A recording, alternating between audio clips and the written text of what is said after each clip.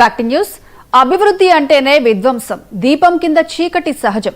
ప్రభుత్వానికి అది అభివృద్ధి, ఫలాలు పొందేవారికి కూడా అది అభివృద్ధే. కానీ దాని కింద నలిగిపోయే జనం సంగతేంటి? హంద్రీనీవా కాలువ తవ్వించామని, గ్రీన్ ఫీల్డ్ హైవే వేశామని చెప్పుకునే పాలకులు ఆ ప్రాజెక్టులో ఘటనల కింద నలిగిపోతున్న సామాన్య ప్రజలను పట్టించుకుంటారా? పేద ప్రజలను వాళ్ల పంట పొలాలకు, పాడి పశువుల పెంపకానికి దూరం చేసిన ఈ దారుణాన్ని ఇప్పటికైనా సరిదిద్దుతారా?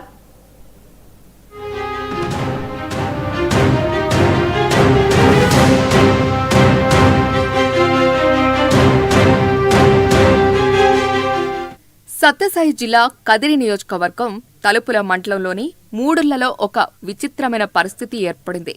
హంద్రీనీవా సుజల స్రవంతి పతాకంలో భాగంగా దాదాపు 10 ఏళ్ల కిందట ఇక్కడ కాలువ తవ్వారు. బాగా లోతుగా ఉండే ఈ కాలువకు ఒకవైపు పొలాలున్నాయి. ఆ పొలాలకు వెళ్లాలంటే కాలువ దాటే మార్గం లేదు. వంతెన కట్టకపోవటం వల్ల 7-8 కిలోమీటర్ల దూరం చుట్టూ తిరిగి పొలాలకు వెళ్లాలి. ఊరు ఒకవైపు, పొలాలు ఒకవైపు ఉండటంతో ఆ పొలాలు బీడుపడ్డాయి.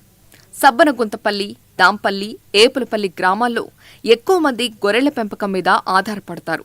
కానీ గొర్రెల్ని తమ పొలాల్లో మేపుకోవటానికి వెళ్లటం కుదరటం లేదు. దూరంగా తిరిగి రావాలన్నా అక్కడి పొలాల వాళ్ళు ఒప్పుకోవటం లేదు. పొలం సాగు చేసుకోలేక, గొర్రెల పోషణ చేయలేక నానా ఇబ్బందులు పడుతున్నారు. మాకు హంద్రీనీవా కాలువ వచ్చి 15 ఏళ్ళు గడుస్తున్నా కూడా ఇంతవరకు దారి అనేది మాకు వేల జీవాలు ఉన్నాయి. ఒక గ్రామం కాదు, 3 గ్రామాలు ఉన్నాయి. ఆ 3 గ్రామాలకు సంబంధించి జీవాలతోనే బతుకుతున్నాం. ఇక్కడ వేరే సోర్స్ లేవు. ఎందుకంటే భూములు 300-400 ఎకరాలు ఉన్నా అక్కడ కాలువ దాటుకోలేక ఇబ్బంది పడుతూ, ఆ ఇబ్బందుల వల్ల పంటలు బీడు ఉన్నాయి. బీడు ఉంటూ ఆ బీడే కాకుండా ఏదైనా పనులు చేసుకోవడానికి కూడా స్థితిగతులు లేక పక్కగా సిటీలకు పోతారు. బెంగళూరు, హైదరాబాదు ఆ కాలం పరిస్థితి ఏర్పడింది.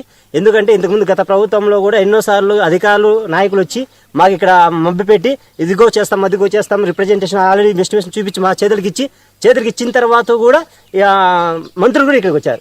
మంత్రులు వచ్చి కూడా మీకు అయిపోతుంది అదిగో నానబెట్టి ఈరోజు మేము ఆ పక్క దాటుకోలేకపోతున్నాం. మా పరిస్థితులు ఏ విధంగా ఉంటాయి? జీవాలు పోవడానికి కూడా ఇబ్బంది లేదు. ఎన్నో జీవాలు దిన్నెలు పడి కాళ్ళు ఇరిగిపోయినాయి. కానీ ఇంతవరకు స్పందన లేదు. ఎందుకంటే మా ఎమ్మెల్యే గారు కూడా వచ్చారు. వచ్చిన తర్వాత రిప్రజెంటేషన్ కూడా ఏపులపల్లి మేమంటే గిరిజనము, మాకు సంబంధించి మేము దానితోనే జీవాలతో బతుకుతాము, మాకు వేరే సోర్సెస్ లేవు, దాని మీద ఆధారపడుతున్నాం. కాబట్టి ఇప్పుడు పోవడానికి వేల జీవాలు ఆపక పోవాలంటే వేరే గ్రామాలకు పోవాలా. వేరే గ్రామాలకు పోలేమంటారంటే మా పంటలు దెబ్బతింటాయి, మా పొలాలు రావద్దండి అని ఇదే మాకు ఇబ్బంది ఎదుర్కొంటాం. హంద్రీనీవా కాలువతో ఈ ఇబ్బంది దశాబ్ద కాలంగా కొనసాగుతుండగానే ఇప్పుడు ఊరికి ఇంకోవైపు మరో సమస్య వచ్చి పడింది. గ్రీన్ ఫీల్డ్ హైవే పేరుతో 6 లేన్ల రహదారి వేస్తున్నారు. అది అందరికీ ఉపయోగపడొచ్చు, కానీ స్థానికులకు మాత్రం తలనొప్పిగా తయారైంది.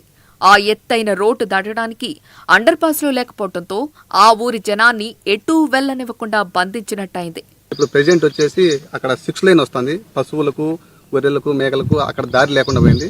ఇక్కడ మోరీ కట్టించేసి మాకు కనీసం ఇట్లా 300 ఎకరాలు పట్టా భూములు ఉన్నాయి. పంటలు పెట్టుకుంటాం చాలా బాగా. చేసుకోవడానికి మాకు ఇబ్బందిగా ఉంది. మేము ఇటు రావాలంటే కనీసం 4 నుంచి 5 కిలోమీటర్లు తిరుక్కొని రావాలి. ఈ వేపులపల్లి, దాంపల్లి, సబ్బనగుంతపల్లి ఈ 3 పల్లెలకు సుమారుగా వచ్చేసి దగ్గర ఒక 600-700 జీవాలని ఇక్కడ ఉంటాయి. ఆవులు, పశువులు, మేకలు, గొర్రెలు అన్నీ ఉన్నాయి. ఇక్కడ పోవడానికి చాలా కష్టంగా ఉంది. ఎందుకంటే లాస్ట్ టైం అక్కడ పోయేదానికి బాగుంది. ఇప్పుడు అక్కడ 6 లేన్ వచ్చింది కాబట్టి అక్కడ ఏదైనా కొంచెం ఇబ్బంది అవుతుంది. అక్కడ రావడానికి పోనీకి ఏదైనా యాక్సిడెంట్ అవుతుందని చెప్పి ఇక్కడ సైడ్ బాగా దండిగా పొలం ఉంది, మంచి చాలా ఇదిగా ఉంది. ఇక్కడ బాగా చేసుకునేందుకు ఆస్కారం ఉంది. ఇక్కడ మాకు మోరీ కట్టించేసి ఇక్కడ ఏదైనా దయచేసి ఇట్లా పంపించినట్టుగా మార్గం చూడండి. మేము ఆల్రెడీ మొత్తానికి హంద్రీనీవా కాలువ, హైవే రెండూ ఇక్కడి పల్లెల జీవనాధారమైన పంట పొలాలను, పాడి పశువులను గ్రామ ప్రజల నుంచి వేరు చేస్తున్నాయి. ఒకప్పుడు కష్టపడి సాగు చేసిన భూములు ఇప్పుడు బీడు భూములయ్యాయి. గతంలో ఎమ్మెల్యే సిద్ధారెడ్డి హామీ ఇచ్చారు తప్ప వరిగిందేమీ లేదు. ఇప్పుడు ఎమ్మెల్యే కందికుంట వెంకటప్రసాద్ అయినా పరిష్కరిస్తారన్నదే వీళ్ల ఆశ. ఉపాధి దెబ్బతిన్న పల్లెజనం వలసబాట పడుతూ ఉన్నారు. ఇలాంటి పల్లెలు మాయమయ్యే రోజులు దగ్గరలోనే కనపడుతున్నాయి. ప్రాజెక్టులు చేపట్టే ముందు స్థానికుల అభిప్రాయాలు, వాళ్ల సమస్యలు గుర్తించకుండా బుల్డోజ్ చేసుకుంటూ వెళ్లటం వల్లే ఇలాంటి సమస్యలు వస్తున్నాయి.